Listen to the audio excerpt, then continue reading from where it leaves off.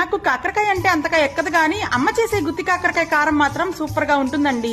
ఒక 1/2 కిలో కాకరకాయలు తీసుకొని ముచ్చుకలు కట్ చేసి మధ్యలోకి ఘాటు పెట్టుకొని వాటర్ లోకి యాడ్ చేసేసి క్లీన్ గా వాష్ చేసిన తర్వాత కడాయిలోకి అయితే యాడ్ చేసేసుకోండి.